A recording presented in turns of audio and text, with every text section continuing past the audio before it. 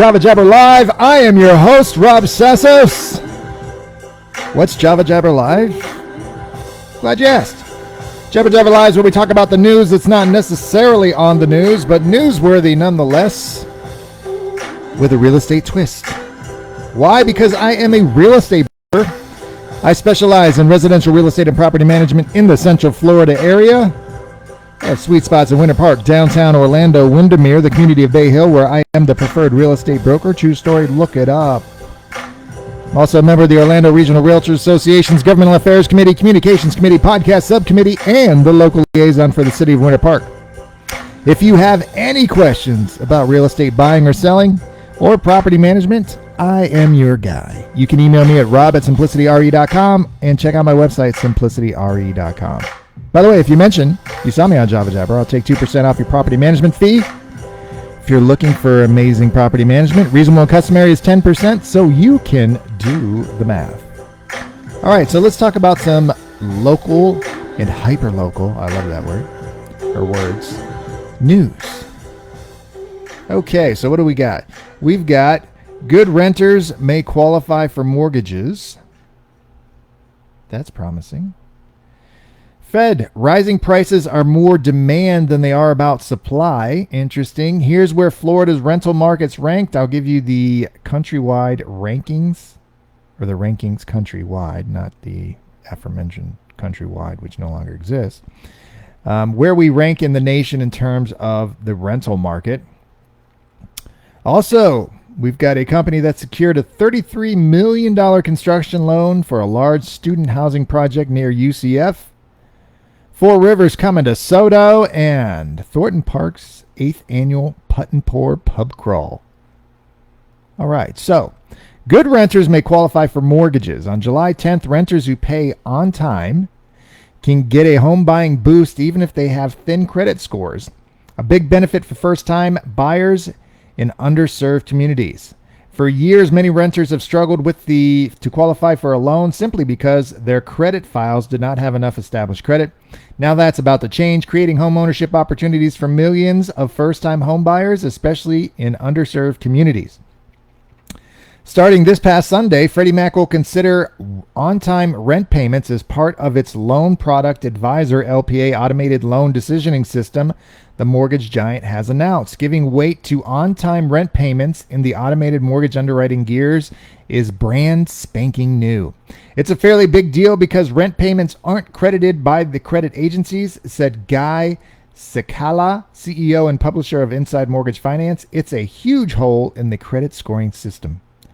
First-time buyers, First-time buyers with little or no credit often paid sky-high rent. Then they were coached by mortgage loan originators to borrow, then pay off consumer loans to generate acceptable FICO scores. It's a little insane to take on debt to game the system. Previously, borrowers needed a minimum middle FICO score of 620 in automated underwriting to qualify for a conventional Freddie Mac or Fannie Mae loan. We're all excited about the possibility of expanding first-time buyer home ownership, said Brad Siebel, head of mortgage at Sage. It will probably have a much-needed boost for underserved communities. In a nutshell, here's how it works. First, applicants must be first-time buyers with 12-month rent history. With the borrower's permission, a mortgage broker or mortgage lender submits the borrower's bank account data to the LPA to identify 12 months of on-time rent payments to determine eligibility. The bank data is obtained from designated third-party service providers using the same automated process used to verify assets, income, and employment. Housing demand and inflation have resulted in many tenants getting rent hikes. The rent payment amounts made do not have to be the same for the past 12 months so long as they were paid on time. Eligible rent payment data includes checks, electronic transactions, digital payments made through Zelle, Venmo, or PayPal. Using a third-party vendor to pull account statements directly from banks helps lenders avoid the risk of getting doctored documents, another industry executive said. If you are unbanked and you pay your landlord in cash or pay with a money order, Freddie Mac allows lenders to manually underwrite loan files through a verification of rent or VOR with the landlord. Whether you can find a mortgage lender to manually underwrite is another question. And if you have questions about mortgage brokers, I have some amazing ones.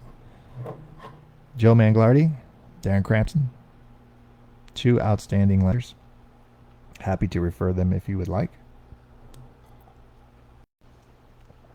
Just email me at rob@simplicityre.com. So that's good news for renters, right? Because you don't have to game the system, take out a loan, pay off that loan just to get some type of score. You can actually use your rental history, your good standing rental history, to assist with your FICO score when it comes to getting a loan. Fed, rising prices are more demand than supply. Why are housing prices rising quickly? A Federal Reserve study found supply-side challenges less influential than ongoing and strong buyer demand. A new U.S. Federal Reserve working paper translated individual property listings from CoreLogic covering 2002 to 2021 into a model house search measuring the influx of new listed homes and that of prospective buyers. The goal to see how much buyer demand is fueling the surge in prices in the short term. Fluctuations in housing demand explain much more of the variation in home sales and price growth than do fluctuations in housing supply, writes Fed Board economists Elliot Annenberg and Daniel Ringo. Fluctuations in demand explain essentially all of the variation in home sales and 80% of the variation in prices between 2002 and 2021.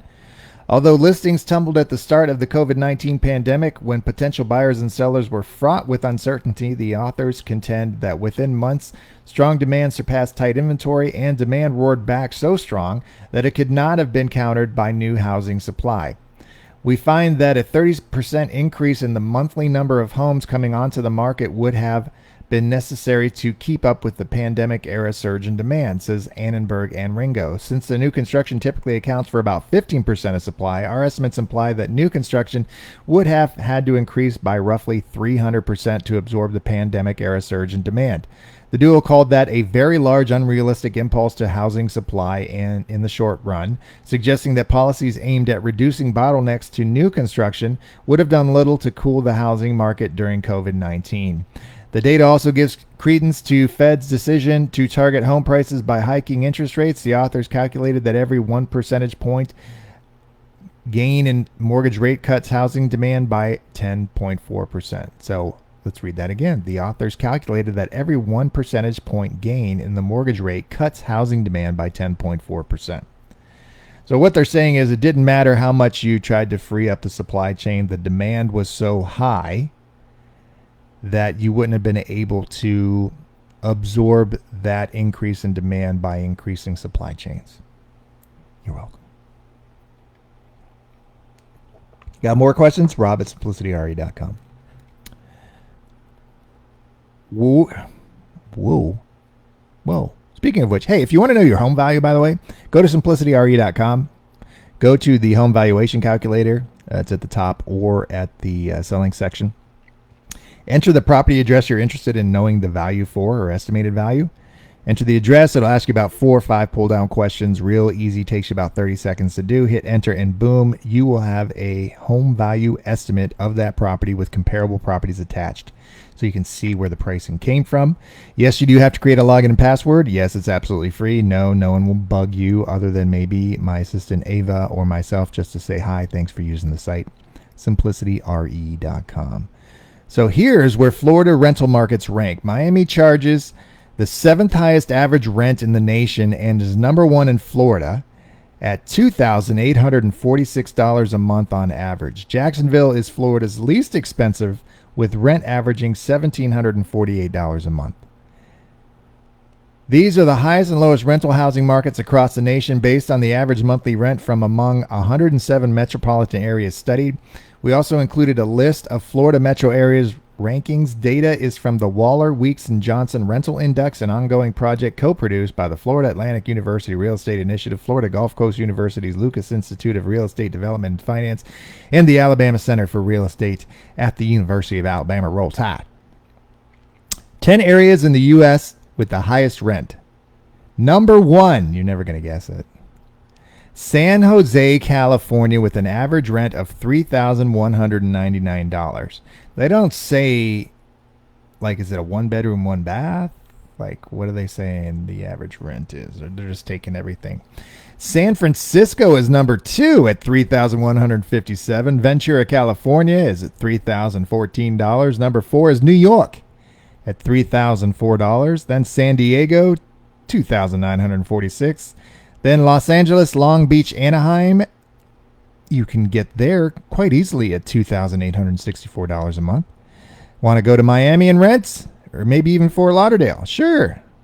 The average is $2,846 a month. Boston is $2,762.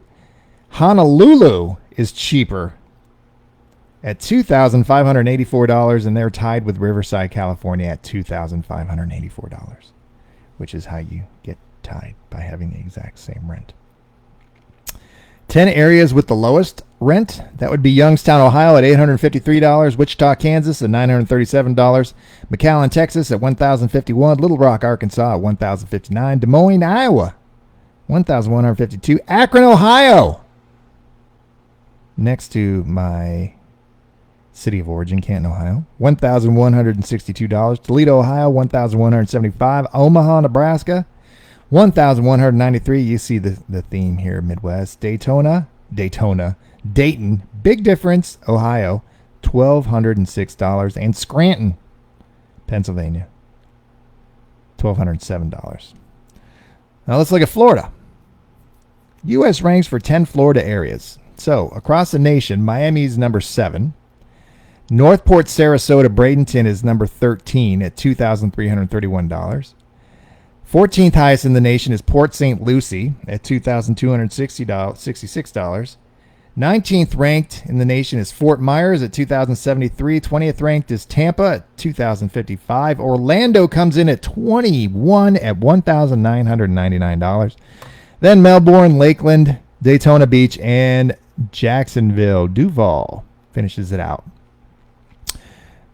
Melbourne was 29th, Lakeland was 35th, Daytona Beach was 39th, and Jacksonville was 44th. Year-over-year rent increases, Fort Myers was the highest, and Jacksonville was the lowest in Florida. So there you go. Crazy rent you need to own. You can use your rent history now to get your mortgage and get a whole lot more house that you actually own for a whole lot less a month in a mortgage payment. Again, I'm happy to help. Rob at SimplicityREA.com. REA.com. Rob at SimplicityREA.com. Or just message me wherever you see this post. I'll be happy to connect you to an amazing mortgage broker or answer any questions that you might have. New SoDo Four Rivers location opened July 15th.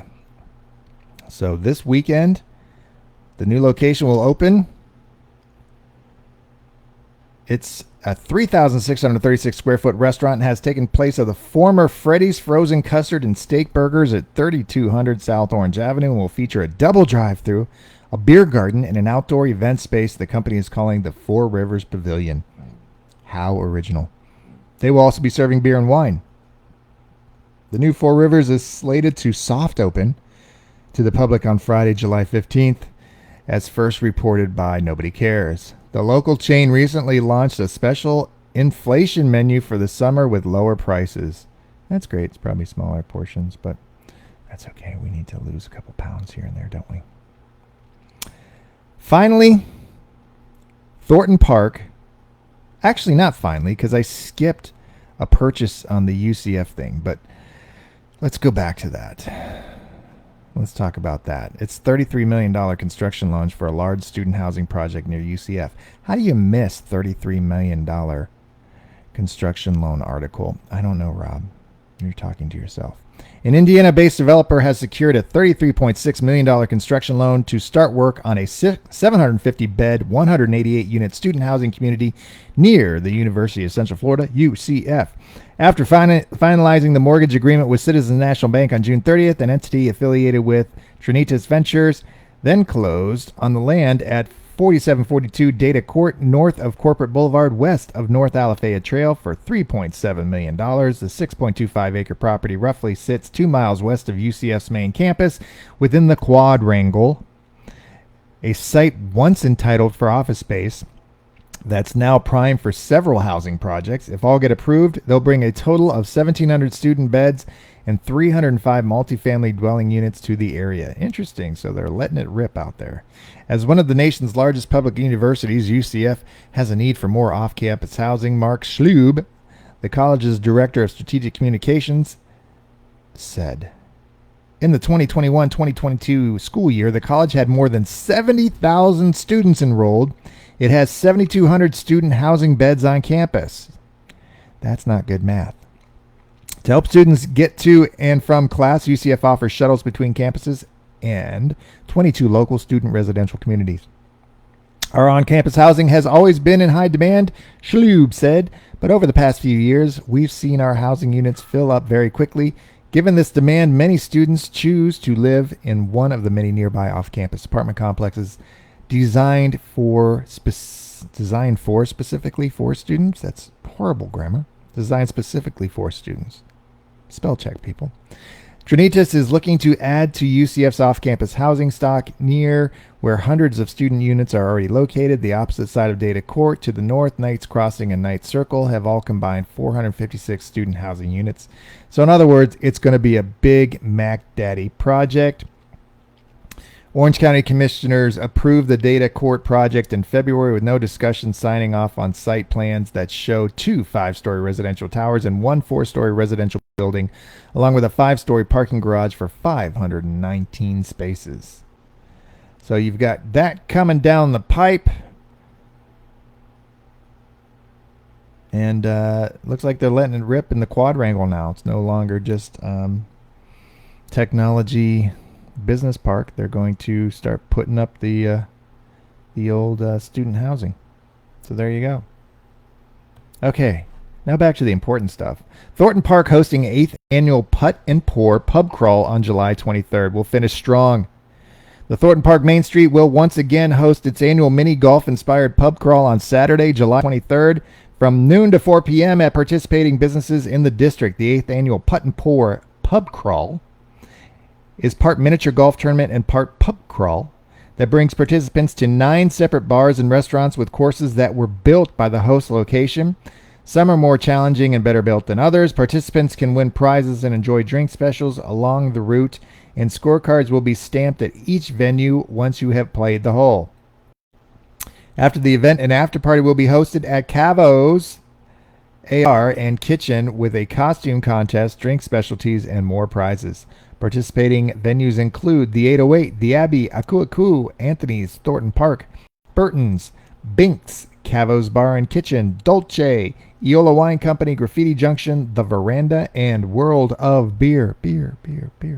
Tickets for the event are $15 per golfer if purchased in advance at bungalower.com and $20 per golfer registering on the day of the event. So go check it out. Sounds pretty fun, actually. But that is Java Jabber for a Tuesday. It's Tuesday, right? Yeah, my new puppy is telling me it's Tuesday, if you can hear him. I have a new bulldog puppy. His name is Kane, after the great Harry Kane from Tottenham Hotspur Coys. I hope you enjoyed it. If you did, please like and share. I'm a local business owner. I appreciate the assistance. I am happy to help any buyer or seller or property management person seeking good quality guidance. If you don't believe me, you don't have to. Go to Zillow, check me out. Go to my Google reviews, check me out. Go to my website, check out all my reviews. Been doing this for a long time. Be happy to help you in any which way I can. Trust me, I am. But enjoy your week. I will be back Thursday sometime, because we do this every Tuesday and Thursday. So I hope you have an amazing week. Kane hopes you has an amazing week as well. And we will talk to you all later. Enjoy.